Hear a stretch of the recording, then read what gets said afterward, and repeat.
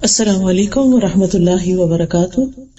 اللہ سبحانہ تعالیٰ نے ہمیں پیدا کیا اور ہمارے پیدا کرنے کا مقصد یہ بتایا کہ تمہیں امتحان کے لیے بنایا گیا۔ الذی خلق الموت والحیاۃ لیبلوکم ایکم احسن عملا، وہ جس نے موت اور زندگی کو بنایا تاکہ تمہیں آزما کر دیکھے، تمہارا امتحان لے کہ تم میں سے اچھے عمل کون کرتا ہے۔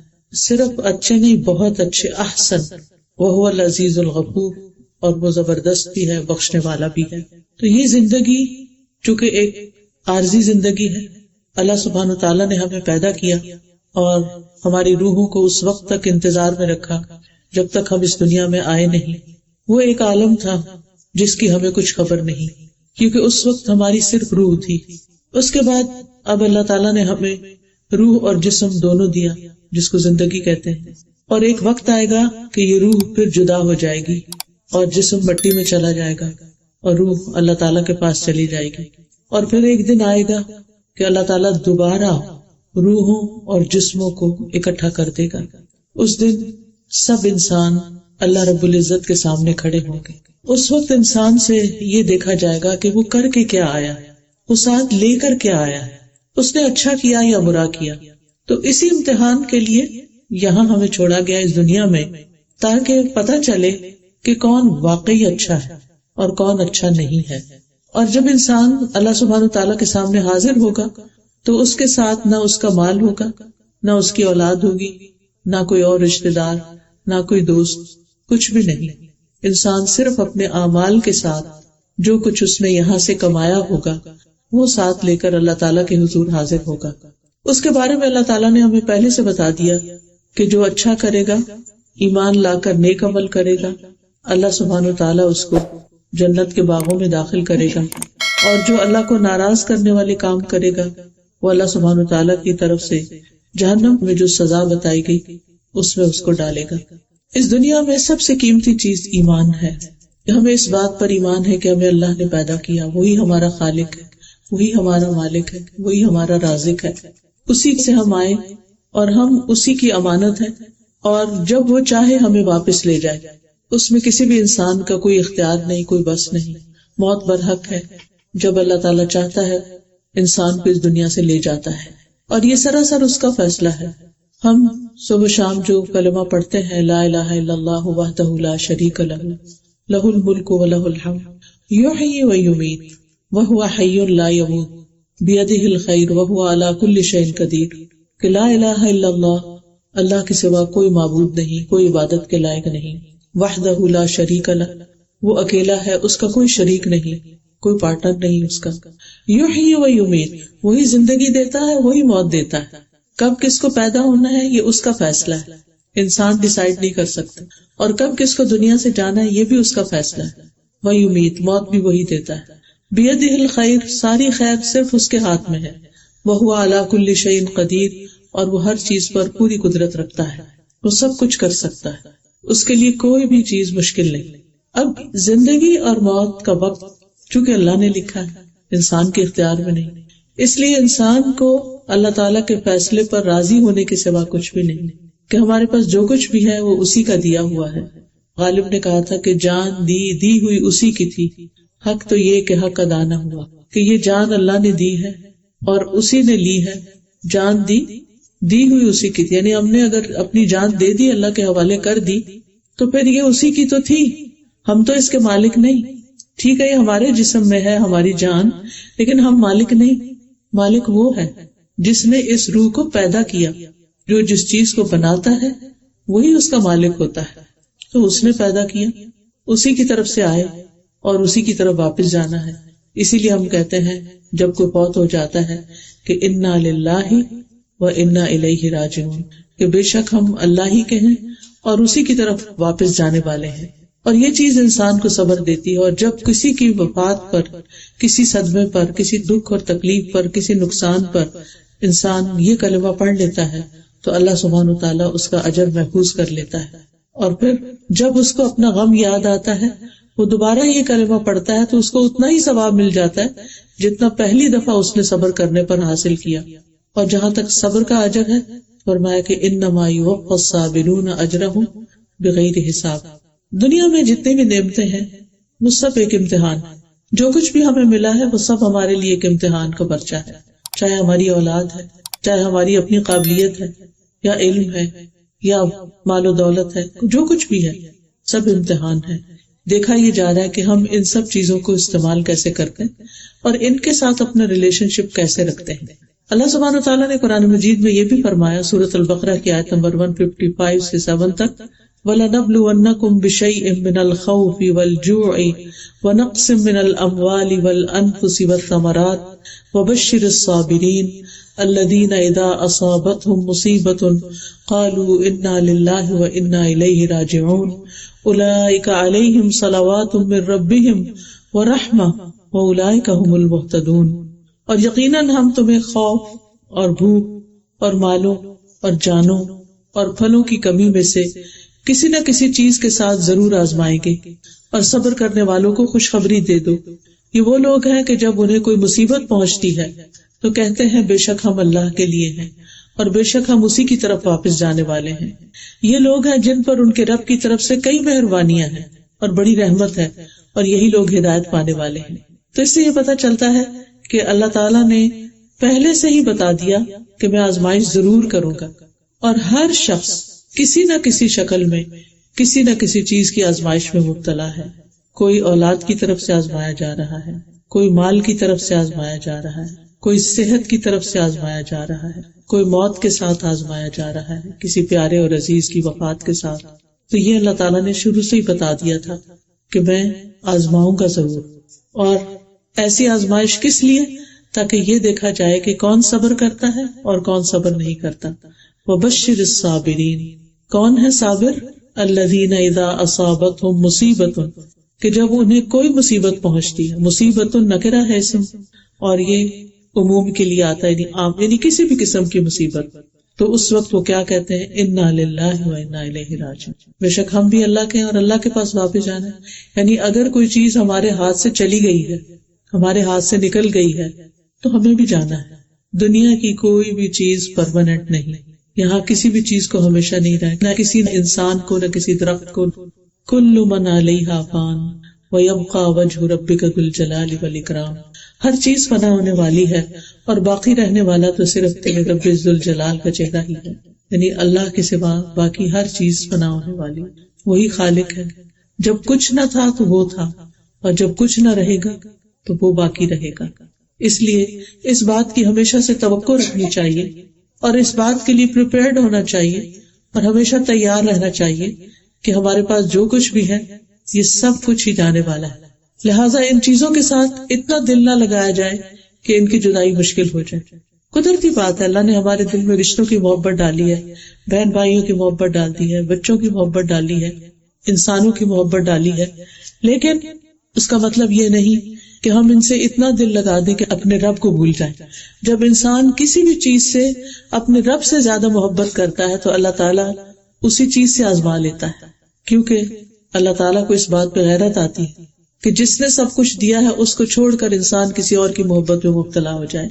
تو جو لوگ اللہ کی رضا پہ راضی ہو جاتے ہیں اللہ تعالیٰ ان سے راضی ہو جاتا ہے، ان پر رب کی بڑی مہربانیاں آتی ہیں اور رحمتیں، اور ایسے لوگوں کو پھر راہ مل جاتی ہے. پھر آپ دیکھیے کہ اللہ سبحانہ وتعالیٰ یہ بھی فرماتے ہیں سورۃ التغابن میں، ما اصاب من مصیبت الا باذن اللہ ومن یؤمن باللہ یہد قلبہ واللہ بکل شیء علیم. جو مصیبت بھی آتی ہے وہ اللہ کے اذن سے آتی، خود سے نہیں آتی. خود سے کوئی آپ کا بال بھی بیکا نہیں کر سکتا، اللہ کا اذن ہوتا ہے آپ کی آزمائش کے لیے تو وہ تکلیف آ جاتی ہے. اور جو شخص اللہ پر اعتماد کرتا ہے کہ میرے رب نے میرا برا نہیں چاہا، کیونکہ بعض چیزیں ایسی ہوتی ہیں جو دیکھنے میں بہت تکلیف دہ ہوتی ہیں لیکن انہی میں خیر ہوتی ہے.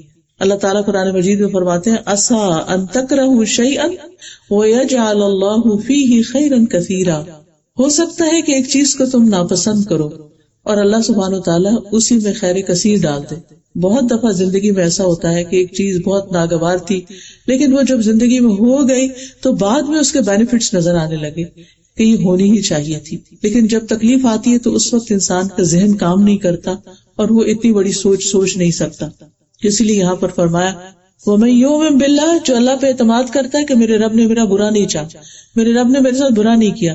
ایسا انسان یہ نہیں کہتا کہ وائی می، میرے ساتھ کیوں ہو گیا اور ایسا نہیں ہونا چاہیے. نہیں، ہماری عقل چھوٹی ہے، ہم نہیں سمجھ سکتے کہ کوئی چیز کیوں ہو گئی.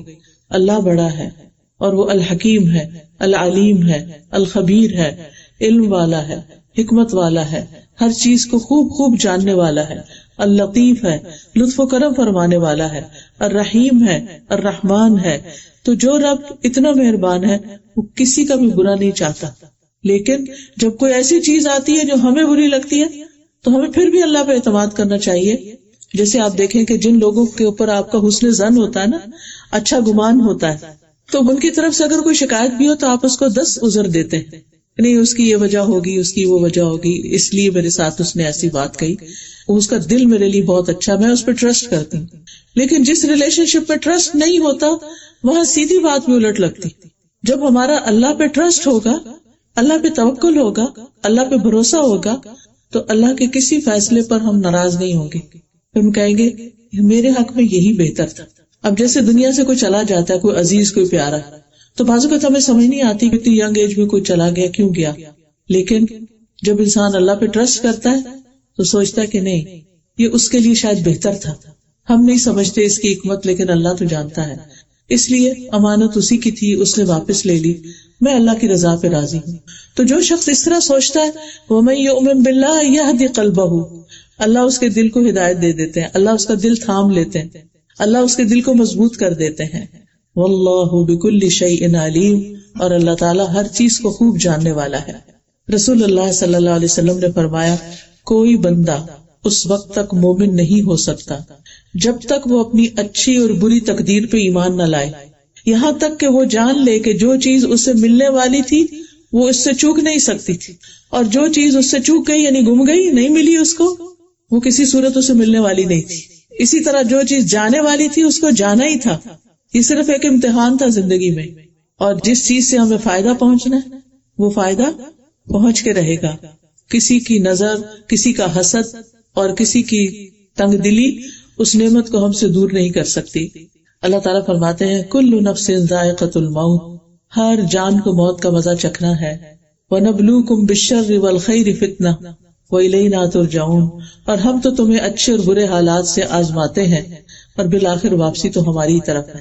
یعنی جانا تو اسی کے پاس ہے، اور ہمیں جو خیر ملی ہے وہ بھی امتحان ہے، اور جو شر آیا ہے وہ بھی امتحان ہے. اور پھر سبحان اللہ، رسول اللہ صلی اللہ علیہ وسلم نے فرمایا، اللہ جس کے ساتھ بھلائی کا ارادہ کرتا ہے، جس کا اچھا چاہتا ہے، اس کو مصیبت میں مبتلا کر دیتے. کیونکہ مصیبت میں پڑھ کے انسان اللہ سبحانہ تعالیٰ کی طرف رجوع کر لیتا ہے، اللہ سے اپنی گناہوں کی معافی مانگتا ہے، اللہ سبحانہ تعالیٰ کے ساتھ اپنی غلطیوں اور اپنی کوتاہیوں کا اعتراف کرتا ہے. دنیا سے اس کا دل اچاٹ ہوتا ہے، دنیا سے اس کا اعتماد ختم ہوتا ہے، اور اللہ سبحانہ تعالیٰ پر اس کا اعتماد بڑھ جاتا ہے، اور اس مصیبت کو بھی وہ پازیٹیولی دیکھنے لگتا ہے. نبی صلی اللہ علیہ وسلم نے فرمایا، مسلمان کو جو بھی پریشانی، بیماری، رنج و ملال، تکلیف اور غم پہنچتا ہے، حتیٰ کہ اسے کانٹا بھی چبھ جاتا ہے، تو اللہ تعالیٰ اسے اس کے گناہوں کا کفارہ بنا دیتے ہیں. یعنی مومن کے حق میں تکلیف بھی خیر کا باعث ہوتی ہے. ام سلمہ کہتی ہیں، میں نے رسول اللہ صلی اللہ علیہ وسلم کو فرماتے ہوئے سنا کہ جب اللہ کسی بندے کو کسی مصیبت کے ساتھ آزماتا ہے اور وہ اپنی حالت اور کیفیت کی بنا پر اسے ناپسند کرتا ہے، تو اللہ تعالیٰ اس تکلیف کو اس کے گناہوں کا کفارہ اور اس کو پاک کرنے کا سبب بنا دیتا ہے، یہاں تک کہ وہ پہنچنے والی مصیبت اللہ عز و جل کے علاوہ وہ کسی کے در پہ پیش بھی نہیں کرتا، یا اسے دور کرنے کے لیے غیر اللہ کو نہیں پکارتا، اللہ ہی کو پکارتا ہے، اور بار بار اللہ کو پکارتا ہے. اور اس چیز سے انسان اللہ تعالیٰ کے بہت قریب ہو جاتا ہے. اور اگر دیکھا بھی جائے، بندے ہمارا کتھارسس کرتے ہیں، ہمیں تھوڑی دیر کے لیے بہلا دیتے ہیں، تھوڑا ہمارے دل کو تسلی دے دیتے ہیں، لیکن پھر کیا ہوتا ہے؟ اس کے بعد جب وہ بندے چلے جاتے ہیں تو ہم دوبارہ اسی ڈپریشن میں آ جاتے ہیں، دوبارہ وہی دکھ اور غم دل پہ چھا جاتا ہے، اپنے آپ کو مضبوط کرتے پھر کمزور ہو جاتے ہیں، پھر انسان سے صبر نہیں ہو پاتا. لیکن جب انسان اللہ کی طرف رجوع کرتا ہے اور اپنی تنہائیوں میں اللہ کو پکارتا ہے اور اللہ تعالیٰ کو یاد کرتا ہے اور اس سے دعا مانگتا ہے، تو صحیح معنوں میں اللہ کی طرف سے انسان کے دل کو ڈھارس ملتی. بندوں کی طرف سے ملی ہوئی ڈھارس کمزور ہوتی ہے، کم ہوتی ہے، لیکن اللہ کی طرف سے ملی ہوئی تسلی بہت بڑی ہوتی ہے۔ قرآن مجید میں اللہ تعالیٰ فرماتے ہیں الیس اللہ بکاف عبدہ، کیا اللہ اپنے بندے کے لیے کافی نہیں؟ انسان کیوں دوسری چیزوں پہ بھروسہ کرتا ہے؟ کیا اللہ کافی نہیں؟ اور پھر وَمَن يَتَوَكَّلْ عَلَى اللَّهِ فَهُوَ حَسْبُهُ، جو اللہ پہ بھروسہ کر لیتا ہے اللہ اس کو کافی ہو جاتا ہے۔ اسی لیے ہم کہتے ہیں حسبی اللہ ونعم الوکیل، نعم المولا ونعم النصیر، مجھے میرا رب کافی ہے اور وہ بہترین مولا ہے، بہترین مددگار ہے، بہترین کام آنے والا ہے۔ اس لیے جب کوئی تکلیف پہنچے تو انسان اپنے ذکر کی ڈوز بڑھا دے، اللہ سے باتیں زیادہ کرے، اللہ سے مدد مانگے، جیسا کہ قرآن پاک میں اللہ تعالیٰ فرماتے ہیں وَاسْتَعِینُوا بِالصَّبْرِ وَالصَّلَاةِ، کہ اللہ سے مدد مانگو صبر کے ساتھ اور نماز پڑھ کے، دعا کر کے۔ یہ دو چیزیں انسان کو مضبوط کرتی ہیں۔ نبی صلی اللہ علیہ وسلم پر جب کوئی تکلیف آتی تھی تو آپ فوراً نماز کی طرف جاتے تھے۔ اور میرے والد بتاتے ہیں کہ جب ان کی والدہ یعنی میری دادی جو تھی، ہمارے والد کے 4-5 بہن بھائی تھے جو پیدا ہونے کے کوئی 5 سال بعد، کوئی 10 سال بعد ایسے فوت ہوتے کہ ایک کے بعد ایک، ایک کے بعد ایک، یعنی سوائے میرے والد اور چچا کے کوئی نہیں بچا، یا پھوپھی ایک، سب فوت ہو گئے۔ تو کہتے ہیں کہ میری دادی جو تھی وہ جس وقت کو بچہ فوت ہوتا تھا اس کے اوپر کپڑا ڈال کے خود اس کے پاس نماز کے لیے کھڑی ہو جاتی اور اللہ سے خوب خوب دعائیں کرتی۔ تو جو ان کی دوستیں یا اور خواتین تھی وہ کہتی کہ اس کو تو اپنی اولاد کا مرنے کا کوئی غم ہی نہیں ہے۔ غم کس کو نہیں ہوتا؟ یہ کسی سے پوچھ کے غم کرنا ہوتا ہے؟ یعنی خاص طور پر ماں کا تو جسم جڑا ہوتا ہے بچے کے ساتھ۔ آپ کو پتا نہیں کہ جب بچہ پیدا ہوتا ہے تو وہ اس کی ایک نالی کاٹتے ہیں اس کو الگ کرنے کے لیے، کیونکہ وہ اسی سے خوراک لے رہا ہوتا ہے، وہ پورے کا پورا اس کا جسم ماں کے پیٹ کے اندر بنا ہوتا ہے، وہ اس کے جسم کا ٹکڑا ہوتا ہے، اس کے جگر کا ٹکڑا جس کو کہتے ہیں۔ تو یہ کیسے ہو سکتا ہے کہ کسی بچے کی وفات پر ماں کا دل نہ دکھے؟ لیکن وہ ماں اگر اپنے غم اور دکھ کی فریاد صرف اللہ سبحانہ تعالیٰ سے کرتی ہے تو عام طور پر لوگ اس غلط فہمی میں پڑ جاتے ہیں کہ شاید اس کو غم ہی نہیں۔ حضرت یعقوب علیہ السلام سے جب یوسف علیہ السلام سال ہر سال کے لیے بچھڑ گئے، کوئی چھوٹی آزمائش تھی؟ بہت بڑی آزمائش تھی۔ تو وہ اپنے بچوں کے سامنے بھی ذکر نہیں کرتے تھے، وہ تنہائی میں اللہ سے فریادیں کرتے تھے اور فرماتے انما اشکو بثی وحزنی الی اللہ واللہ بصیر بالعباد، میں اپنے غم اور دکھ کی فریاد اللہ سے کرتا ہوں، اللہ بندوں کے حال کو دیکھنے والا ہے، اللہ میرا حال بھی دیکھتا ہے۔ اللہم انک تسمع کلامی وتری مکانی، اللہ میری باتیں تو سن رہا ہے اور میری حالت کو تو دیکھ رہا ہے۔ لہذا سب سے زیادہ اسٹرانگ چیز انسان کو تھامنے والی اللہ سبحانہ تعالیٰ سے مضبوط تعلق ہے، اور ہر آنے والی تکلیف انسان کا تعلق مضبوط کرتی ہے پہلے سے بھی زیادہ۔ اور پھر یہ اللہ سبحانہ تعالیٰ کے قرب کی نشانی ہوتی ہے۔ جس کو اللہ تعالیٰ اپنے قریب کرنا چاہتا ہے، جس کو اللہ تعالیٰ اپنا بنانا چاہتا ہے، اس کا دل دوسروں سے ہٹا دیتا ہے اور پھر اس کے اندر صبر بھر جاتا ہے۔ ابن تیمیہ کہتے ہیں کہ اللہ تعالیٰ نے اپنی کتاب میں 90 سے زیادہ مقامات پر صبر کا ذکر کیا ہے۔ تقویٰ کا ذکر 145 دفعہ آیا ہے، لیکن صبر کا ذکر 90 دفعہ آیا، یعنی پورے قرآن میں 90 بار صبر کی تلقین ہے، اور اجر کتنا بڑا بتایا ہے۔ نبی صلی اللہ علیہ وسلم کو براہ راست بھی تلقین کی گئی وَاصْبِرْ وَمَا صَبْرُكَ إِلَّا بِاللَّهِ وَاصْبِرْ لِحُكْمِ رَبِّكَ۔ تو انسان کے لیے تکلیف کے موقع پر صبر درجات کی بلندی کا سبب بن جاتا ہے، اور اللہ تعالیٰ نے ایسے لوگوں کی تعریف کی ہے وَالصَّابِرِينَ فِي الْبَأْسَاءِ وَالضَّرَّاءِ وَحِينَ الْبَأْسِ أُولَئِكَ الَّذِينَ صَدَقُوا وَأُولَئِكَ هُمُ الْمُتَّقُونَ۔ خصوصاً وہ لوگ جو تنگ دستی، تکلیف اور لڑائی کے وقت صبر کرنے والے ہیں، یہی لوگ ہیں جنہوں نے سچ کہا، اور یہی متقی لوگ ہیں۔ تقوی والے یہی ہیں کہ جو تکلیف کے وقت صبر کر جاتے ہیں۔ پھر اسی طرح انسان کو زندہ انسانوں سے بھی تکلیفیں پہنچتی ہیں۔ اس کے بارے میں سورۃ الفرقان میں آتا ہے وَجَعَلْنَا بَعْضَكُمْ لِبَعْضٍ فِتْنَةً أَتَصْبِرُونَ وَكَانَ رَبُّكَ بَصِيرًا، اور ہم نے تم میں سے بعض کو بعض کے لیے آزمائش بنایا ہے۔ بعض اوقات اپنا ہی کو بچہ آزمائش بن جاتا ہے، اور بعض اوقات شوہر کی طرف سے آزمائش ہو جاتی ہے کہ اس کا رویہ اور سلوک ٹھیک نہیں ہوتا۔ بعض اوقات کوئی اور انسان مصیبت کا باعث بن جاتا ہے تو انسان کی زندگی حرام کر دیتا ہے، انسان کا سکون چین لوٹ لیتا ہے۔ تو ایسے میں کیا فرمائے کہ اتصبرون، اس کا حل صرف صبر ہے، کہ اپنی زبان سے کوئی ایسی بات نہیں نکلنے دینی جو اللہ تعالیٰ کو ناپسند ہے، کوئی ایسا کام نہیں کرنا جو اللہ تعالیٰ کو ناپسند۔ صبر یہ ہوتا ہے کہ انسان اس تکلیف کے وقت میں سارا وقت یہ دیکھے کہ رب کی نگاہیں میرے اوپر ہے، اور وہ میرے ایک ایک ایکشن کو، میری ایک ایک حرکت کو دیکھ رہا ہے، اور فرشتے قلم سنبھالے ہر لمحے دیکھ رہے ہیں کہ یہ بندہ اب کہتا کیا اور کرتا کیا۔ تکلیف اور دکھ کے وقت جو اللہ کو نہیں بھولتا اور اللہ کو یاد کرتا ہے اور اللہ سے مدد مانگتا ہے اور صبر کرتا ہے اور کوئی برے الفاظ زبان سے نہیں نکالتا، کوئی زیادتی کی بات زبان سے نہیں نکالتا، اللہ سبحانہ وتعالیٰ پھر اس کو تھام لیتا ہے۔ وَكَانَ رَبُّكَ بَصِيرًا، اور تیرا رب ہمیشہ سے سب کچھ دیکھنے والا ہے، وہ سب دیکھ رہا ہے۔ بعض اوقات ہم انسانوں کے سامنے اپنی سچائی کو پروو نہیں کر سکتے، لیکن اللہ دیکھتا ہے۔ یہ چیز انسان کے دل کو تسلی دے دیتی ہے، سکون دے دیتی ہے کہ میرا رب تو جانتا ہے، میرا رب تو دیکھتا ہے۔ اور صبر جو ہے افضل ترین ایمان کی حالت ہے۔ نبی صلی اللہ علیہ وسلم نے فرمایا الایمان الصبر والسماحہ، کہ افضل ایمان صبر اور نرمی کرنا ہے۔ پھر اسی طرح خسارے سے بچنے کے لیے بھی صبر کرنا ضروری ہے۔ سورۃ العصر میں اللہ تعالیٰ فرماتے ہیں والعصر ان الانسان لفی خسر الا الذین آمنوا وعملوا الصالحات وتواصوا بالحق وتواصوا بالصبر۔ اور یہ بڑی ہمت کا کام ہوتا ہے، آسان نہیں ہے۔ صرف اللہ کی توفیق سے ہی انسان صبر کر سکتا ہے، لیکن صبر سے بڑی کوئی نعمت کسی کو نہیں ملی۔ حدیث میں آتا ہے وَلَن تُعْتَوْا عَطَاءً خَيْرًا وَأَوْسَعَ مِنَ الصَّبْرِ، کہ کسی شخص کو صبر سے بہتر اور کشادہ تر نعمت کوئی نہیں ملی۔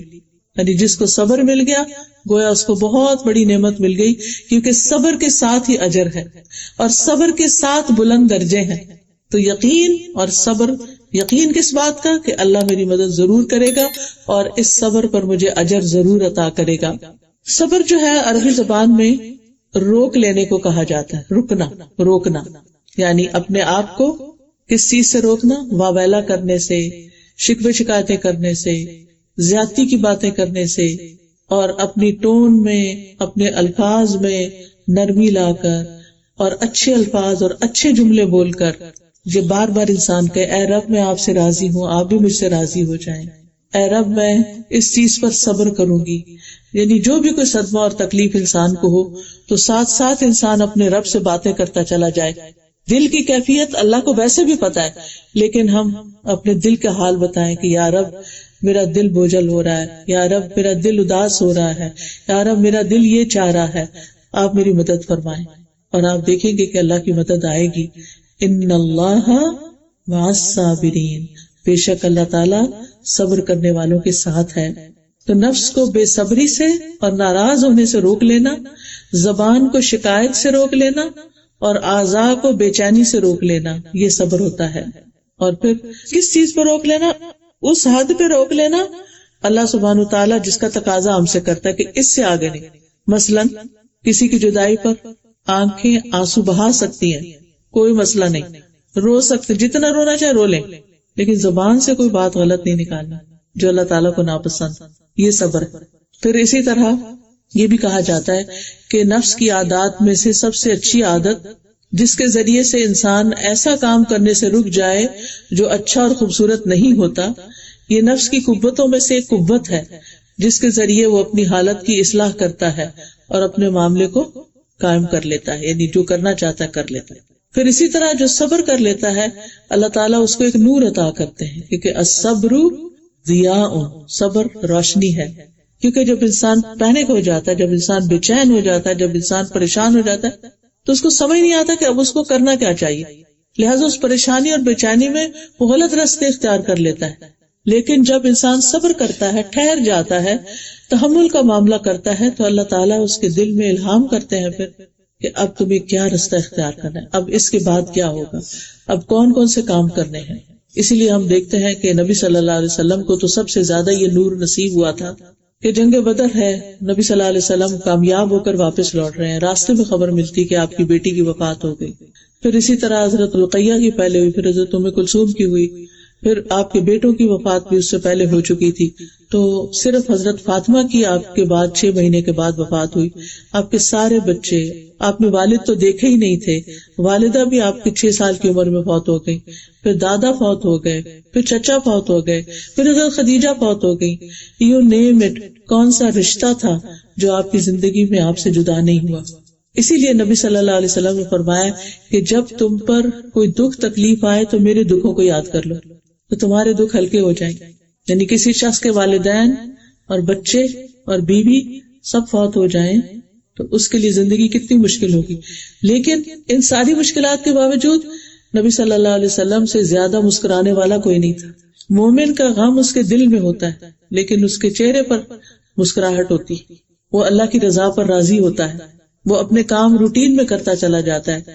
یہ نہیں کہ انسان نمازیں چھوڑ دے یا صدقہ خیرات چھوڑ دے، وہ سارے کام اللہ کی اطاعت پر پابند رہ کے کرتا چلا جاتا ہے. تو صبر کرنے والوں کے لیے اوپر جو میں نے آیت پڑھی اس میں 3 فائدے بتائے گئے. اولئک علیہم صلوات، جو صبر کرے گا اس پر اللہ تعالیٰ کی بہت سی رحمتیں ہوں گی، من ربہم ورحمت، اور رحمت بھی آئے گی اور ہدایت بھی ملے گی. یہ کتنی بڑی بڑی نعمتیں ہیں جو صبر کرنے والوں کو ملتی ہیں. بعض سلف صالحین کو جب پہنچنے والی مصیبت پہ تسلی دی گئی تو انہوں نے کہا میں کیوں نہ صبر کروں جبکہ اللہ تعالیٰ نے مجھے صبر پر 3 باتوں کا وعدہ کیا ہے اور ان میں سے ہر بات دنیا میں جو کچھ ہے اس سے بہتر ہے. کسی کو اللہ کی رحمت مل جائے اس سے بڑی کیا چیز چاہیے؟ اللہ تعالیٰ کی طرف سے بہت سی نوازشیں مل جائیں اور کیا چاہیے؟ تو صلوات، رحمت اور ہدایت ملتی ہے صبر کرنے والوں کو. اور پھر ایک اور آیت میں مغفرت اور اجر عظیم ملتا ہے، سورۃ الاحزاب کی آیت 35 میں کہ ان المسلمین والمسلمات والمؤمنین والمؤمنات، آگے کرتے کرتے والصابرین والصابرات، اور پھر اعد اللہ لہم مغفرۃ واجرا عظیما. ایسے لوگوں کے لیے اللہ نے بخشش اور اجر عظیم رکھا ہے، بہت بڑا اجر رکھا ہے. ایسے لوگوں کا اجر اللہ کے ذمہ ہے. اور پھر وعدہ بھی ہے وَاصْبِرْ فَإِنَّ اللَّهَ لَا يُضِيعُ أَجْرَ الْمُحْسِنِينَ، صبر کیجئے بے شک اللہ محسنوں کا اجر ضائع نہیں کرتا.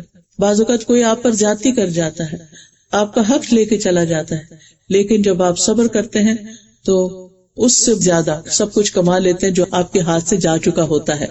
اور جتنی بڑی آزمائش ہوتی ہے اتنا بڑا اجر ہوتا ہے، جتنی پیاری چیز آپ نے کھوئی ہوتی ہے اتنا ہی بڑا اجر ہوتا ہے.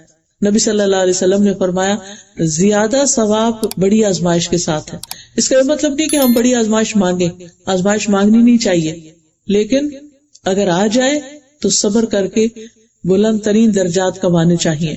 نبی صلی اللہ علیہ وسلم نے فرمایا وہ مومن جو لوگوں سے ملتا جلتا ہے اور ان کی طرف سے آنے والی تکالیف پر صبر کرتا ہے، وہ اس مومن سے اجر و ثواب میں کہیں بہتر ہے جو لوگوں سے میل جول نہیں رکھتا اور نہ ان کی تکلیفوں پہ صبر کرتا ہے.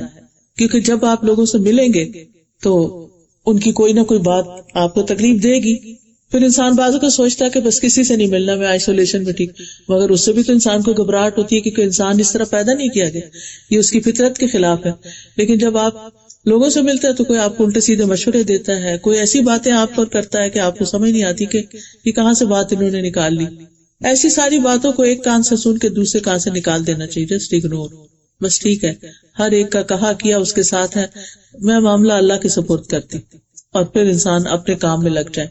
کیونکہ یہ زندگی بہت چھوٹی ہے، یہ وقت بہت قلیل ہے، یہ بہت تھوڑا وقت ہے جو ہمیں اس پلانٹ پہ ملا ہے.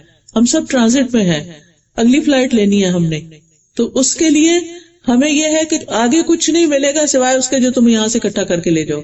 تو جس شخص کو یہ فکر ہو کہ جو کچھ میں نے لینا ہے یہیں سے لینا ہے، وہ کیا کرے گا؟ کیا وہ سو جائے گا، سستی کرے گا، ادھر ادھر باتیں گپ شپ لگائے گا، اپنے سیل فون پہ بیٹھ جائے گا؟ نہیں، اس کو کہے گا پہلے میں سب سے بندوبست کروں اپنا کہ مجھے آگے کیا لے کے جانا، اور پھر اس کے بعد وہ چیزیں اکٹھی کر کے رکھ کے اپنا سامان، پھر میں دیکھوں گا کچھ اور چیز. ہم بھی اپنی زندگیوں کا جائزہ لیں کہ ہم اپنے پرائم ٹائم میں کیا کرتے ہیں، ہم صبح ارلی مارننگ کیا کرتے ہیں، ہم رات کو سونے سے پہلے کیا کرتے ہیں. کیا ہم فونز پہ اور ادھر ادھر کی باتوں میں تو وقت نہیں لگاتے؟ کیونکہ صبح کے وقت کی عبادت بہترین عبادت ہوتی. ان قرآن الفجر کان مشہودا، فجر کے وقت قرآن کا پڑھا جانا اس میں فرشتوں کی حاضری ہوتی ہے، دعائیں قبول ہوتی ہیں. بابرکت وقت ہوتا ہے. نبی صلی اللہ علیہ وسلم کی دعا ملتی ہے, اللہم بارک لی امتی فی بکورہا, اللہ میری امت کی صبحوں میں برکت ڈال دے. تو جب کوئی انسان اس وقت اللہ کو یاد کرتا ہے, اللہ کی عبادت کرتا ہے, ٹھیک ہے آپ تہجد کے وقت اٹھے, آپ نے فجر پڑھی, آپ نے اشراق پڑھے, اب آپ تھوڑا سا آرام بھی کر سکتے ہیں, اس میں کوئی حرج کی بات نہیں. لیکن یہ نہیں کہ فجر کی نماز کے وقت آپ آرام کر رہے ہوں اور جب سورج اندر باہر ہو تو آپ اٹھ کے نمازیں پڑھیں, یہ طریقہ نہیں ہے اللہ کی عبادت کا. تو بہرحال صبر جو ہے اس سے انسان کو عبادت میں بھی مدد ملتی ہے اور اس میں پھر خیر کثیر مل جاتی ہے انسان کو. انسان اپنے روزمرہ کے کام, اپنی ڈیوٹیز, اپنے فرائض بہت اچھی طرح انجام دے سکتا ہے. لیکن اگر بے صبرہ ہو تو کیا ہے, ڈپریشن میں چلا جائے گا. بے صبر پن سے نتیجہ تو کچھ نہیں نکلتا, یعنی ہمیں حاصل تو کچھ نہیں ہوتا. اور پھر کیا ہوتا ہے کہ انسان اس کی دوائیاں کھانی شروع کر دیتا ہے, اور دوائیاں کھانے کے بعد آپ سب کو پتہ ہے کیا ہوتا ہے, پھر صرف سونا ہی ہوتا ہے. تو صرف بھلانے والی بات ہوتی, انسان کی ساری پروڈکٹیوٹی ماری جاتی, انسان دوسروں سے, رشتوں سے کٹ کے رہ جاتا ہے, انسان کسی کام کا نہیں رہتا. تو پہلے ہی مرحلے پر, کیونکہ صبر کیا ہے, الصبر عند الصدمۃ الاولی, جب صدمے کا آغاز ہوتا ہے اس وقت جو صبر کر لیتا ہے انسان کہ مجھے یہ بس اس لمٹ تک جانا ہے, اس سے آگے نہیں جانا, تو اس کے اجر میں پھر بے پناہ اضافہ ہوتا ہے. رسول اللہ صلی اللہ علیہ وسلم نے فرمایا مدد صبر کے ساتھ ہے, جو صبر کرے گا اس کو اللہ کی مدد ملے گی, اور کشادگی تنگی کے ساتھ ہے, یعنی جب چیزیں تنگ ہو جاتی ہیں وہیں سے وسعت آ جاتی, اور بے شک ہر مشکل کے ساتھ ایک آسانی ہے, اور بے شک اسی مشکل کے ساتھ ایک اور آسانی ہے. یعنی اللہ سبحانہ تعالیٰ جب کوئی چیز ہم سے لے لیتا ہے تو اس کے لینے میں بھی آسانیاں ہوتی ہیں. آپ دیکھیں کہ مثلاً آپ کو کھانا پکانے کا وقت نہیں ملا, آپ نے کھانا سکپ کر دیا, پانی پی لیا, اور پھر کئی گھنٹے کے بعد جا کے آپ کو کھانے کی کوئی چیز ملی. کئی دفعہ سفر میں ایسا ہو جاتا ہے کہ مرضی کے کھانے پینے کی چیز نہیں ہوتی, یا وہ ملتی نہیں جو آپ نے کھانا ہوتا, تو آپ ایک لمبا فاقہ کرتے ہیں. کبھی آپ نے اس فاقے کو انجوائے کیا؟ کتنا انجوائے کرتا ہے نا جب انسان کا پیٹ خالی ہوتا ہے اور اس کے اندر ایک عجیب سی گہرائی آ جاتی ہے, ایک غور و فکر آ جاتا ہے, اور پھر آہستہ آہستہ بھوک لگ کے بھوک بھی ختم ہو جاتی ہے اور انسان اپنے آپ کو ہلکا پھلکا محسوس کرتا ہے. پہلے مجھے یہ بات سمجھ نہیں آتی تھی کہ علم جو ہے بھرے پیٹ کے ساتھ حاصل نہیں ہوتا یا انسان غور و فکر نہیں کر سکتا, لیکن جب میں نے اس کا ایکسپیرئنس کیا تو میں حیران ہو گئی کہ کس طرح بھوک اور فاقہ اور کھانے پینے سے دور رہنا کس طرح انسان کو طاقتور بنا دیتا ہے اور اس کی زندگی میں کتنی سہولت اور آسانی ہو جاتی. تو جب ہم ایک تکلیف برداشت کرتے ہیں تو اس کے ساتھ اللہ تعالیٰ اجر بھی دیتا ہے, صبر بھی دیتا ہے, وسعت دیتا ہے, آسانی دیتا ہے, کئی اور نعمتیں اور کئی اور مینیوز کھل جاتے ہیں. پھر اسی طرح صابرین کے ساتھ اللہ ہے, صابرین کو اللہ کی مدد ملتی ہے, فرشتوں کا ساتھ ملتا ہے, اللہ کی محبت ملتی ہے. واللہ یحب الصابرین, ہم سب چاہتے ہیں اللہ تعالیٰ ہم سے محبت کرے, لیکن جب کوئی صبر کرتا ہے تو اللہ کی محبت اس کی قسمت میں لکھ دی جاتی ہے. پھر کامیابی بھی صبر کے ساتھ ہے, عزت بھی صبر کے ساتھ ہے. نبی صلی اللہ علیہ وسلم نے فرمایا جس بندے پر کوئی ظلم کیا گیا اور اس نے اس پر صبر کر لیا تو اللہ تعالیٰ اس کی عزت بڑھا دے گا, کیونکہ ہوچے لوگ اور بے صبرے لوگ اور جلد باز لوگ کسی کو پسند نہیں آتے. بنی اسرائیل کے بارے میں اللہ تعالیٰ فرماتے ہیں کہ ہم نے ان میں سے کئی لیڈرز بنائے جو ہمارے حکم سے ہدایت دیتے تھے جب انہوں نے صبر کیا, یعنی ان کو لیڈرشپ کا رول تب ملا جب انہوں نے صبر کیا. اور یہ ایک حقیقت ہے کہ کوئی شخص کسی قوم کا رہنما یا لیڈر ہو نہیں سکتا جس کے اندر صبر کی صفت نہ ہو. پھر اسی طرح قرآن کے وعدے کے مطابق دشمن کی چالوں سے تحفظ ملتا ہے, غور و فکر کی توفیق ملتی ہے, دنیا اور آخرت کی نعمتوں سے انسان مالا مال ہو جاتا ہے, دنیا اور آخرت میں بہترین ٹھکانہ ملتا ہے اور بے حساب اجر دیا جاتا ہے. اور ایک روایت میں آتا ہے کہ صبر کا بدلہ جنت ہے. وَجَزَاهُمْ بِمَا صَبَرُوا جَنَّةً وَحَرِيرًا, انہیں ان کے صبر کرنے کے عوض جنت اور ریشم کا بدلہ ملے گا. اب اس سلسلے میں یہ یاد رکھنا چاہیے کہ سب سے پہلے انسان صبر صرف اللہ کی خاطر کرے, یہ نہ کہے کہ ہائے لوگ کیا کہیں گے اگر میں نے یہ کر دیا. لوگوں کی خاطر نہیں, صرف اللہ کی خاطر. وَاصْبِرْ وَمَا صَبْرُكَ إِلَّا بِاللَّهِ, اور صبر کیجیے, اور صبر کرنا آپ کا اللہ کی توفیق ہی کے ساتھ ہے. دوسرا یہ کہ صدمے کی پہلی چوٹ پر پہلی دفعہ جب کوئی چیز تکلیف دے سنے یا دیکھے تو فوراً صبر کر لیں, اِنَّا لِلَّهِ پڑھ کر صبر. پھر صبر کوشش سے آتا ہے. حدیث میں آتا ہے وَمَن يَتَصَبَّرْ يُصَبِّرْهُ اللَّهُ, جو صبر کرتا ہے, کرنے کی کوشش کرتا ہے, اللہ تعالیٰ اس کو صبر عطا کر دیتے ہیں. اور پھر یہ کہ ہر حال میں اللہ کی تعریف کرنی چاہیے، یہ بھی صبر کا ایک پہلو ہوتا ہے. رسول اللہ صلی اللہ علیہ وسلم نے فرمایا، مومن کے متعلق اللہ عز و جل کی تقدیر اور فیصلے پر مجھے تعجب ہوتا ہے کہ اگر اسے کوئی بھلائی حاصل ہوتی ہے تو اپنے رب کی حمد بیان کرتا ہے اور شکر ادا کرتا ہے، اور اگر اسے کوئی مصیبت آتی ہے تو اس پر بھی الحمدللہ کہتا ہے اور صبر کرتا ہے. کیوں؟ وہ کہتا ہے کہ اس سے بڑی مصیبت نہیں آئی. یعنی اس وقت وہ کیوں شکر کرتا ہے؟ یعنی مثال کے طور پر اللہ نہ کرے کسی کا بھی ایکسیڈنٹ ہوتا ہے تو پھر بھی کہتا ہے الحمدللہ. اب کوئی دیکھ کے کہے اچھا الحمدللہ اس وقت شکر، ہاں اس سے زیادہ بھی ہو سکتا تھا، شکر اللہ نے جان رکھ لی. اور بہت سے لوگ یہ کہتے بھی ہیں کہ شکر اللہ نے جان رکھ لی، شکر اللہ نے بچا لیا. تو جو بندہ اس وقت اللہ سے راضی ہوتا ہے نا، اللہ اس سے راضی ہو جاتا ہے اور اللہ تعالیٰ اس کو اس کا بہترین نعم البدل بھی عطا کرتا ہے. اور پھر مومن جو ہے اس کو یہ یقین ہوتا ہے کہ یہ زندگی بہت چھوٹی ہے، اگر کوئی پیارا چلا گیا تو ہم بھی جانے والے وہاں جا کے مل لیں گے. اس وقت کو نیکیوں میں گزارنا چاہیے، اچھے کاموں میں گزارنا چاہیے، تاکہ جب اللہ تعالیٰ سے ملاقات کرے تو اللہ تعالیٰ راضی ہو. اور پھر یہ کہ دل سے صبر اور دل سے شکر پریٹینڈ نہیں کرنا چاہیے. یعنی دل سے صبر کریں کہ اللہ کی خاطر صبر کر رہے ہیں، کسی کو دکھانے کے لیے نہیں کہ لوگ کہیں کتنی کمپوزڈ ہے، کتنی صابر ہے، لوگوں کی تعریفوں کے لیے نہیں. اور بندوں سے شکوہ نہیں، بس اللہ سے شکوہ. رسول اللہ صلی اللہ علیہ وسلم فرماتے ہیں کہ اللہ تعالیٰ نے فرمایا، جب میں اپنے مومن بندے کو آزماتا ہوں اور وہ تیمارداری کرنے والوں کے سامنے میرا شکوہ نہیں کرتا تو میں اس کو اپنی قید سے آزاد کر دیتا، یعنی اس کی بیماری دور کر دیتا. اس کے پہلے گوشت کے عوض بہترین گوشت عطا کر دیتا، اس کے پہلے خون سے بہتر خون عطا کر دیتا، اور پھر وہ نئے سرے سے کام میں لگ جاتا ہے. یعنی کتنا بڑا اجر ہے کہ دنیا میں انسان کو، یعنی صرف وہ چند لمحے ہوتے ہیں کہ انسان اپنا منہ بند کر لے اور اللہ سے ناراض نہ ہو، زبان سے صرف رب کی رضا کے کلمات ہی ہوں. نبی صلی اللہ علیہ وسلم کے بیٹے ابراہیم فوت ہوئے تو آپ کے آنسو بہنے لگے. صحابہ حیران ہوئے، یا رسول اللہ آپ بھی رو رہے ہیں؟ تو آپ نے فرمایا، آنکھیں روتی ہیں، دل غمگین ہوتا ہے، اور ہم بس وہی بات کہتے ہیں جس سے ہمارا رب راضی ہے. یعنی زبان کی حفاظت سب سے زیادہ. اے ابراہیم، ہم تمہاری جدائی کے سبب غمگین ہیں. غم تو آپ کو بھی لاحق ہوا تھا، غم تو حضرت یعقوب کو بھی ہوا تھا، لیکن وہ ہمارے لیے بہترین نمونہ ہے کہ ایسے مواقع پر انہوں نے کوئی بد اخلاقی کا مظاہرہ نہیں کیا، کوئی اللہ سے ناراضگی کا مظاہرہ نہیں کیا، بلکہ اللہ سے راضی رہے اور خیر کے کلمات انسان بولے، جزا فضا نہ کرے اور چیخ پکار نہ کرے، گریبان نہ پیٹے، اللہ کو الزام نہ دے، اور پھر لوگوں کی باتوں پہ نہ جائے.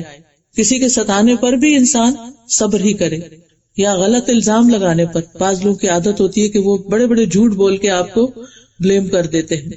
پھر حالات کی تنگی پر، رزق کی کمی پر، پھر اسی طرح سادی خوراک، کیونکہ بیماروں کو سادہ کھانا پڑتا ہے تو اس پر بھی انسان صبر کرے اور اس کے بدلے میں اللہ تعالیٰ آخرت میں بہت کچھ دے گا. پھر بیماری پر، پھر بیٹیوں کی پیدائش پر، کیونکہ اہل عرب کے ہاں تو خاص طور پر بیٹیاں باعث وبال ہوتی تھی. پھر بچوں کی وفات پر. اسامہ بن زید کہتے ہیں، نبی صلی اللہ علیہ وسلم کی ایک صاحبزادی نے آپ کو پیغام بھیجا کہ میرا بیٹا فوت ہو رہا ہے، آپ ہمارے پاس تشریف لائیں. یعنی اس وقت وہ نزع کے عالم میں، آپ آ جائیں. بیٹی ہے، باپ کو بلا رہی.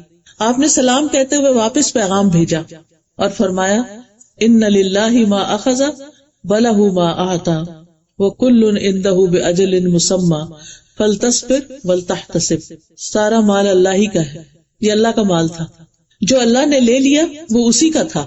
کیا زبردست بات. اور جو اس نے عطا کیا ہوا ہے وہ بھی اسی کا ہے. اس کے ہاں ہر چیز کا وقت مقرر ہے، اس لیے اسے چاہیے کہ صبر کرے اور ثواب کی طلبگار رہے. یعنی گئے نہیں، اچھا سا پیغام بھیج دیا. اور پھر انسان جب نیکی کا کام کا ارادہ کرے اس وقت بھی صبر کرے، اور جس گناہ سے بچنا چاہے اس پر بھی صبر کرے، اور بدلہ لینے کے موقع پر بھی صبر سے کام لے. صبر کرنے والوں میں سب سے زیادہ بڑی مثال حضرت ایوب علیہ السلام کی. 18 سال بیمار رہے، اسکن ڈیزیز تھی. یعنی اگر تھوڑی سی بھی کوئی چیز ہو جائے نا تو ہم بار بار اس کو کھجاتے ہیں، کرتے ہیں، لیکن وہ کہتے ہیں کہ شیطان ملعون کو نہیں پتا کہ میرے دل میں کتنا اطمینان ہے کہ پہلے میرے اللہ کی عبادت کرنے کے راستے میں بچے، مال، کام حائل ہو جاتے تھے، اب سب نے مجھے چھوڑ دیا ہے تو میرے اور اللہ کے بیچ میں کوئی نہیں. یہ ہے صبر کا اعلیٰ مقام. پھر اسماعیل علیہ السلام کہ جب اللہ تعالیٰ نے ابراہیم علیہ السلام کو خواب میں دکھایا کہ بیٹے کو ذبح کر دو، سبحان اللہ، کس طرح وہ جا کے تیار ہو گئے ذبح ہونے کے لیے. اور وہ بھی باپ کے ہاتھ میں. کوئی شکوہ نہیں کیا کہ آپ ہمارے ساتھ نہیں رہتے، آپ تو پتہ نہیں کہاں رہتے اور آ جاتے ہیں اور ایسے ایسے کام ہمیں کہتے ہیں جو ہم کر نہیں سکتے. یہ ہوتا ہے صبر. پھر یوسف علیہ السلام بچپن میں جدا ہوئے، پھر بازار مصر میں بکے، پھر ایک عورت کے گھر گئے تو اس فتنے سے واسطہ پڑا، پھر جیل میں چلے گئے. ہر جگہ لوگ ان کو کہتے تھے انا نراک من المحسنین، ہم آپ کو بڑا ہی نیک پاتے ہیں، بڑا محسن پاتے ہیں. یعنی اتنی مشکلات میں بھی انہوں نے نیکی کا دامن نہیں چھوڑا، کسی کے خلاف کوئی پروپیگنڈا نہیں کیا. اجر کمانے والے تو ایسے ہی ہوتے ہیں. اور پھر حضرت آسیہ علیہ السلام فرعون کی بیوی، جن کے اوپر اتنے تشدد ہوتے تھے، لیکن انہوں نے اپنا ایمان نہیں چھوڑا اور کہا رب ابنی لی عندک بیتن فی الجنہ، اے میرے رب میرے لیے اپنے پاس جنت میں گھر بنا دے. تو اللہ تعالیٰ نے ان کو پھر اٹھا لیا. پھر نبی صلی اللہ علیہ وسلم کی مثال کہ طائف کے موقع پر کیا ہوا، اور اس کے علاوہ حضرت عائشہ کی مثال کہ جن پہ بہت بڑا الزام لگا تھا. تو ہونا یہ چاہیے کہ ہم اللہ تعالیٰ سے خیر کی امید رکھتے ہوئے اللہ سے تعلق مضبوط کریں اور دعا کرتے رہیں. تو آئیے ہم سب مل کے دعا کر لیتے ہیں. سبحان اللہ والحمد للہ ولا الہ الا اللہ واللہ اکبر ولا حول ولا قوة الا باللہ العلی العظیم. سبحان اللہ والحمد للہ ولا الہ الا اللہ واللہ اکبر ولا حول ولا قوة الا باللہ العلی العظیم. اللہم صلی علی محمد وعلی آل محمد کما صلیت علی ابراہیم وعلی آل ابراہیم انک حمید مجید. اللہم بارک علی محمد وعلی آل محمد کما بارکت علی ابراہیم وعلی آل ابراہیم انک حمید مجید.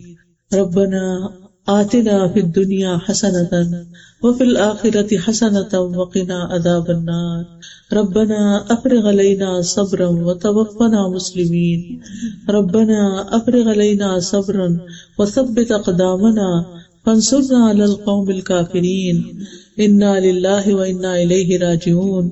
یا حی یا قیوم برحمتک استغیث لا الہ الا انت سبحانک انی کنت من الظالمین. اللہ اللہ ربی لا اشرک به شیئا لا الہ الا اللہ العظیم الحلیم. لا الہ الا اللہ رب العرش العظیم. لا الہ الا اللہ رب السماوات ورب الارض ورب العرش الکریم. یا اللہ تیرے سوا کوئی معبود نہیں، تو بڑا عظیم ہے، تو بڑا ہی بردبار ہے. تیرے سوا کوئی معبود نہیں جو عرش عظیم کا مالک ہے.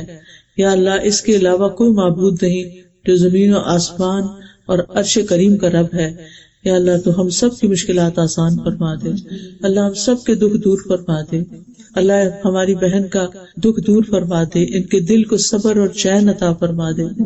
اللہ جس سعیدہ بہن کے لیے تکلیف آسان کرنے کی دعا کرائی گئی ہے، یا اللہ ان کے لیے آسانیاں فرما دے. یا رب العالمین ہمیں اپنی زندگیوں سے صحیح معنوں میں فائدہ اٹھانے کی توفیق دے. اللہ ہم سب کو دنیا کی تکلیفوں اور پریشانیوں سے بچا لے. یا اللہ ہمیں عافیت عطا فرما. اللہ تعالیٰ جب ہم تیرے پاس آئیں تو ہمیں بخش دے. یا اللہ ہمارے دکھوں اور غموں کا مداوع فرما. یا اللہ ہماری مصیبتوں میں اجر عظیم عطا فرما. یا رب العالمین جتنی بہنیں یہاں آئی ہیں ان کے دلوں میں جو دعائیں ہیں وہ قبول فرما. یا اللہ ہماری ان بہن کو صبر جمیل عطا فرما اور جانے والے کی بخشش فرما، اس کے درجات بلند فرما، اس کو اپنی رحمتوں میں ڈھانپ لے. یا اللہ ان کے عزیز و قارب کو ان کے پیچھے صدقہ جاریہ بنا دے. یا اللہ تو ہمیں علم حاصل کرنے والا بنا اور علم حاصل کر کے عمل کرنے والا بنا. یا اللہ تو ہمیں دنیا اور آخرت میں بہترین بھلائیاں عطا فرما. یا اللہ تمام بیماروں کو صحت عطا فرما. یا رب العالمین ہم سب کو خیر کے کاموں کی توفیق دے اور شر سے بچا لے. ربنا تقبل منا انک انت السمیع العلیم وتب علینا انک انت التواب الرحیم. وصلی اللہ تعالی علی خیر خلقہ محمد وعلی آلہ واصحابہ واہل بیتہ اجمعین برحمتک یا ارحم الراحمین. اب آپ میں سے کوئی کچھ کہنا چاہے تو موسٹ ویلکم. کی بے چینی تو فیصلے ثابت کی انسان جگہ بدل لے، پانی پی لے، اپنے آپ کو پریس کر لے، دم کر لے اپنے اوپر. ایک دعا جو میں بتانا چاہوں گی سب لوگ اگر اس کو یاد کر لیں، جس کو میں نے اپنے لیے بڑا ہی مفید پایا، وہ ہے اعوذ باللہ السمیع العلیم من الشیطان الرجیم من ہمزہ ونفخہ ونفثہ. یہ ایاک نستعین کتاب ہے، اس کے اندر یہ دعا موجود ہے. اور یہ جو بک سٹال ہم لائے ہیں اس میں یہ ایاک نستعین کتاب موجود ہے، اس میں رومن میں بھی لکھی ہوئی ہے. ٹھیک ہے، یہ پڑھ کے آپ نے 3 دفعہ پڑھ کے اپنے دل پہ تھتکارنا ہے. جس وقت دل میں گھبراہٹ ہو، جسم میں بے چینی ہو، آپ کو کچھ سمجھ نہ آ رہی ہو، تو اللہ تعالیٰ دل تھام لیتا ہے. تو اپنے دل کے مقام پر 3 دفعہ یہ پڑھ کے تھو تھو تھو کرنا ہے. یعنی چھو نہیں کرنا جیسے ہم چھو کرتے ہیں، بلکہ تھو کرنا ہے. ٹھیک ہے، یعنی غم آتا ہی اس وقت ہے جب شیطان دل پہ قابو پاتا ہے، تو شیطان کو قریب نہیں پھٹکنے دینا.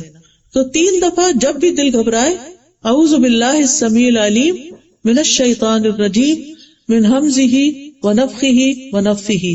دوسرا یہ ہے کہ انسان اس جگہ کو چینج کرے تاکہ اس کا ذہن بٹے. پھر یہ میت کی بخشش کی دعائیں ہیں، یہ انسان کو اپنے سارے فوت شدگان کے لیے پڑھنی چاہیے. پھر ایصال ثواب جو ہے، یعنی کہ فوت ہونے والے کے بعد میں انسان کیا کیا نیکی کے کام کرے کہ جس سے اس کو اس کی روح کو ثواب ملتا رہے. پھر یہ ایول آئی کے بارے میں ہے.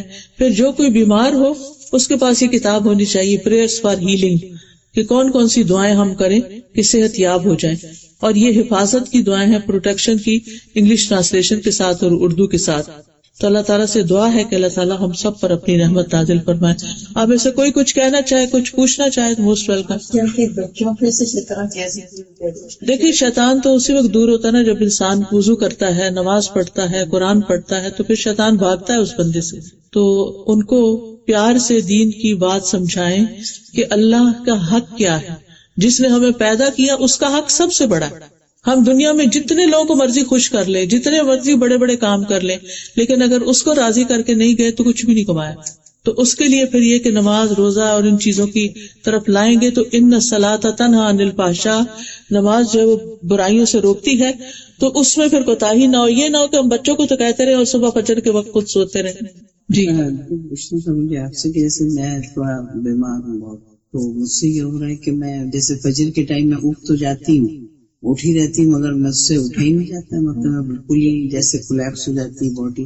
تو اگر بستر پہ پڑھ لیں نماز تو نہیں. اگر بالکل بھی اٹھا نہیں جاتا، یعنی کوئی آپ کے پاس ہے ہی نہیں جو اٹھائے آپ کو، پکڑ کے اٹھائے، ہاتھ پکڑ کے، تو اس صورت میں پھر ٹھیک ہے، جہاں بھی جس حال میں انسان پڑھ سکتا ہے. یہ نماز تو نہیں چھوڑ سکتے. اور وضو کا وعدہ ہے کہ وضو اگر آپ مینٹین نہ کر سکے، جیسے میرے 7-8 مہینے کیمو تھراپی ہوئی ہے، میں وضو ہی نہیں مینٹین کر پا رہا. ابھی کیا وضو، پھر وضو نہیں مینٹین کر پا رہی، تو اس کا کیا کروں؟ ہر نماز کے لیے تازہ وضو کرنا ہوتا ہے بس. ہاں جی، ہر نماز کے لیے، یعنی کہ ایک وضو سے ایک نماز ہو جائے گی. جی، اگر پانی سے تکلیف بڑھ جائے، آپ کی بیماری بڑھے، ہلاکت کا ڈر ہو، پھر جی آپ question between the time a person and time they're buried. Say, the time could be anywhere in the body, or if someone is buried, sometime later, like 2 weeks later. Like where does civil تو جب فرشتے جان نکالتے ہیں نا تو ساتھ ہی کفن لے کر آتے ہیں اور وہ لے کے اوپر چلے جاتے ہیں. تو مومن کی روحیں اوپر چلی جاتی ہیں، علیین میں چلی جاتی ہیں. ٹھیک ہے، they just wait until they're buried because we know that the soul. ہاں بالکل، دے ویٹ کیونکہ وہ ہے انتظار کی جگہ. جیسے عمل ہوں گے اس طرح کے لوگوں کی کمپنی میں ہوں گے. اگر نیک والدین ہوں یا نیک آباء و اجداد ہوں تو ان سے بھی جا کے انسان ملتا ہے. And then once the body is being buried, I guess they come back down and they watch the buried. نہیں، وہ باڈی کا کنیکشن روح کے ساتھ کر دیتے ہیں اور پھر انسان کو ہوش آ جاتی ہے اور وہ منکر نکیر کے سوالوں کے جواب دیتا ہے. اور اصل میں ہمیں یہ لگتا ہے نا کہ فاصلے بہت زیادہ ہیں، یعنی روح کہاں ہے، باڈی کہاں ہے، ان کا کنیکشن کیسے ہے. لیکن اب آپ دیکھیں کہ بہت سی چیزیں جیسے وائرلیس ہے، تو ایک چیز کہاں ہے، ایک انسان کہاں بیٹھا ہے اور دوسرا کہاں بیٹھا ہے، اور آپس میں سیل فون پہ بات کر رہے ہیں، بیچ میں تو کوئی کنیکشن نہیں، ویزیبل سین کنیکشن تو کوئی نہیں. تو اگر انسان ایسی چیزیں بنا سکتا ہے تو اللہ تعالیٰ اس سے بہتر بنا سکتا ہے. جب ہم دنیا میں نہیں آئے تھے تو جسم نہیں تھا، روح ڈومیننٹ تھی. دنیا میں جسم ڈومیننٹ ہے، ہم ہر چیز جسم سے کرتے ہیں. مرنے کے بعد پھر روح ڈومیننٹ ہو جائے گی، اور پھر دوبارہ جب اٹھیں گے یعنی کہ حساب کتاب کے لیے تو جسم اور روح دونوں کے ساتھ پھر ہوگا. جی اللہ تعالیٰ سے کمنٹ تو کیا برزخ میں گیا تھا، اور جو ہے وہاں پر اچھی اور بری سب کی سب روحیں قیامت تک کے لیے جس نے آنا ہے وہ سب کی سب تھی. اور برزخ نہیں تھا، وہ برزخ تو مرنے کے بعد ہوتا ہے. برزخ کا مطلب ہے انتظار کی جگہ اور پردہ، دنیا اور آخرت کے بیچ میں پردہ آ جاتا ہے. نہیں، برزخ میں سبھی برزخ میں ہوتے ہیں، لیکن برزخ کی دو طرح کی قسمیں ہیں، اچھے لوگوں کے علیین ہیں اور جو برے ہیں ان کے سجین ہیں. دعا کر سکتے ہیں اس کے بعد، لیکن نماز اور قرآن ایسی چیز ہے جو کسی اور کے لیے نہیں کر سکتے. جیسے میں اگر کہوں میں مصروف ہوں، میری نماز تم پڑھ لو ذرا، نہیں پڑھ سکتے. جی، عمرہ کر سکتے ہیں، حج کر سکتے ہیں، عمرہ کر سکتے ہیں، صدقہ خیرات کر سکتے ہیں. یہ جو پیمفلیٹ ہے نا، یہ بہت فائدے کا ہے، ایصال ثواب کا. اس میں انگلش میں ہے، اردو میں بھی شاید ہو. تو ایصال ثواب کی جتنی بھی چیزیں ہیں وہ ساری اس میں ڈیٹیلز مینشن کی ہوئی ہیں کہ کیا کیا کر سکتے ہیں اور کیا نہیں کر سکتے. تو یہ آپ کے پاس ہونا چاہیے، اوروں سے بھی شیئر کر سکتے ہیں آپ. ایک اور سوال ہے جو جی. بڑا کنفیوژن کا ہے. یہ لوگ یہ پوچھتے ہیں جیسے کہ فرض کرے میرا انتقال ہو گیا اور میں بچوں سے کیا کہوں کہ قبرستان میں جا کے کتنی دیر رکے. ان لوگ کہتے ہیں ادھر کھڑے ہو کے دعا پڑھ لو، سر کی طرف کھڑے ہو جاؤ قبرستان میں. میں نے اکثر دیکھا ہے یہاں پہ قبرستان میں کہ کچھ لوگوں نے کہا ادھر پڑھیں دعا چار، کچھ لوگ ادھر کھڑے پیتیانے دعا پڑھ رہے ہیں کہ ادھر سورہ بقرہ پڑھ لیں ادھر. یہ تو یہ کیا سورت پڑھنے کا تو وہ وقت نہیں ہوتا. کہتے ہیں نا کہ گھروں کو قبرستان نہیں بناؤ، ہاں یعنی اس میں قرآن پڑھتے رہتے. اس کا مطلب کیا ہے؟ گھروں کو قبرستان نہیں بناؤ یعنی اس میں قرآن پڑھتے رہو. یعنی قبرستان میں قرآن نہیں پڑھا جاتا. قبرستان میں صرف جب وہ دفن کر کے تھوڑی دیر دعا کر کے کہ اس کا حساب کتاب ہو رہا ہے تو اس کی ثابت قدمی کی دعا کر کے پھر وہاں سے چلے جائیں. بس ٹھیک ہے، اجازت. سبحانک اللہم و بحمدک، اشہد ان لا الہ الا انت، استغفرک و اتوب الیک. السلام علیکم و رحمۃ اللہ وبرکاتہ.